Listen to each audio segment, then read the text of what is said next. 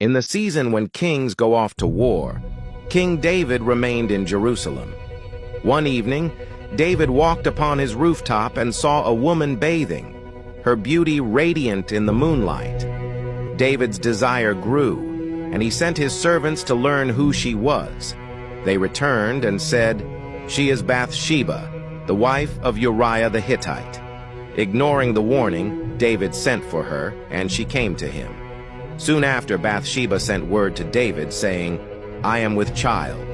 Alarmed, David devised a plan and summoned Uriah back from the battlefield. David greeted Uriah warmly and asked about the war, masking his guilt with feigned kindness. Then David urged him, "Go down to your house and wash your feet." But Uriah refused to enjoy comfort, while his comrades slept in the open fields. The next day, David invited Uriah to dine and made him drunk, hoping his resolve would break.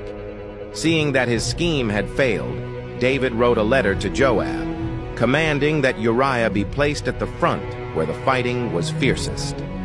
Uriah, unaware of his death sentence, carried the letter himself to Joab.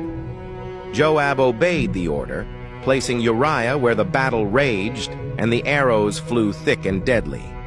Uriah fell in battle, loyal to the end. When Bathsheba heard of her husband's death, she wept bitterly. After the mourning period, David took her as his wife, but the Lord was displeased with what David had done.